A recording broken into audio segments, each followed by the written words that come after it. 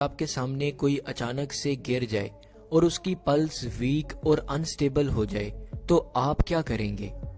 تو آئیے اس چیز کو مل کر سیکھتے ہیں کہ ایسی سچویشنز میں ہمیں کیا کرنا چاہیے۔ کیا آپ نے کبھی بیسک لائف سپورٹ یعنی کہ BLS کا نام سنا ہے؟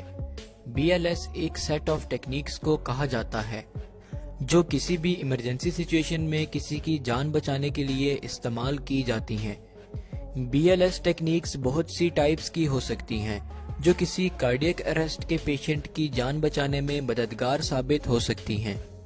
ان میں سب سے اہم ٹیکنیک کارڈیو پلمنری ریسیسیٹیشن یعنی کہ CPR ہے، جس میں چیسٹ کمپریشنز اور ریسکیو بریتھس کے استعمال سے پیشنٹس کی پلسز کو ریکور کیا جاتا ہے۔ CPR ٹیکنیک کے تھرو باڈی میں آکسیجنیٹڈ بلڈ کی سرکولیشن میں بہتری لائی جا سکتی ہے، جس سے زندگی بچانے کے چانسز بڑھ جاتے ہیں۔ CPR پروسیجر: اگر آپ کبھی کسی ایسے شخص کو دیکھیں جو اچانک سے زمین پر گر جائے اور اس کی پلس یعنی کہ ہارٹ بیٹ بند ہو جائے تو فوراً سے ایمرجنسی سروس کو کال کریں اور جب تک ایمرجنسی رسپانس ٹیم نہیں پہنچتی پیشنٹ کو بچانے کے لیے فوراً سے CPR ٹیکنیک شروع کر دیں۔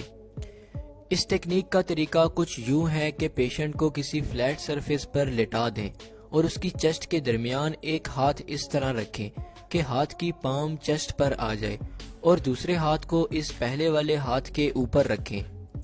اس طرح تیزی سے پیشنٹ کی چیسٹ کو کمپریس کرنا یعنی کہ دباؤ ڈالنا شروع کر دیں اور تقریباً 30 کمپریشنز کے بعد پیشنٹ کے ایئر ویز کو اوپن کریں اور ہونٹوں کو بند کر کے 2 سانسیں دیں اور ہر سانس کے درمیان اس کے سینے کو دیکھتے رہیں۔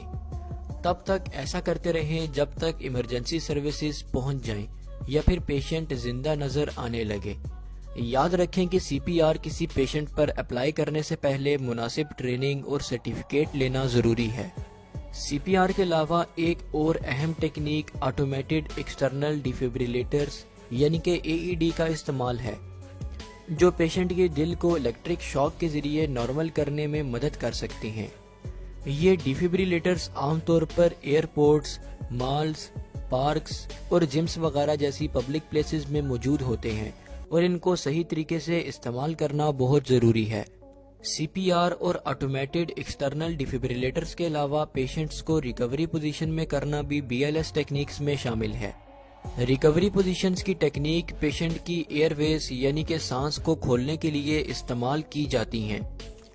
اسی طرح بلیڈنگ کنٹرول ٹیکنیکس بھی BLS میں شامل ہیں، جو کسی ایمرجنسی سچویشن میں زیادہ خون بہنے سے روکنے میں مددگار ثابت ہوتی ہیں۔